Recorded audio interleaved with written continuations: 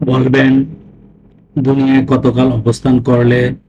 বলবে একদিন, অথবা একদিনের কম সময়। না হয় গণকদের জিজ্ঞাসা করুন। বলবেন তোমরা অল্পকালই অবস্থান করেছিলে, যদি তোমরা জানতে। তোমরা কি মনে করো তোমাদেরকে অযথা সৃষ্টি করেছি এবং তোমরা আমার কাছে ফিরবে না?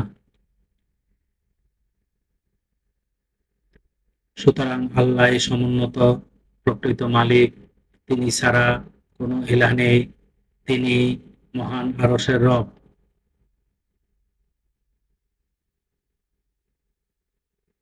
আর যে ব্যক্তি আল্লাহর সঙ্গে অন্য ইলাহকে আহ্বান করে, তার কাছে তার কোনো প্রমাণ নেই।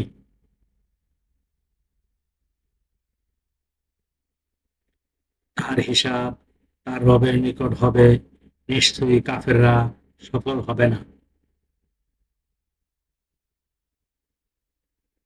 আপনি বলুন, হে আমার রব, আমাকে ক্ষমা করো, দয়া করো, তুমি শ্রেষ্ঠ দয়ালু। আয়াত ১১২ থেকে ১১৮, সূরা মুমিনুন, আল কোরআন।